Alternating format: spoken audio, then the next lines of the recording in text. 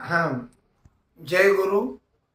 माझं Facebook page ज्यावर अश्लील व्हिडिओ आहेत ते पोलीस प्रशासनामुळं ते डिलीट करण्यात आलं आहे.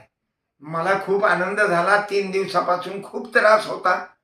म्हणून ज्यांनी सहकार्य केलं, पोलीस प्रशासन, Akot police station, Akola SP, cyber cell, पत्रकार बांधव, ABP माझा यांनी मला खूप सहकार्य केलं आणि आपण पब्लिक त्याच्यामुळं लवकर डिलीट झाला.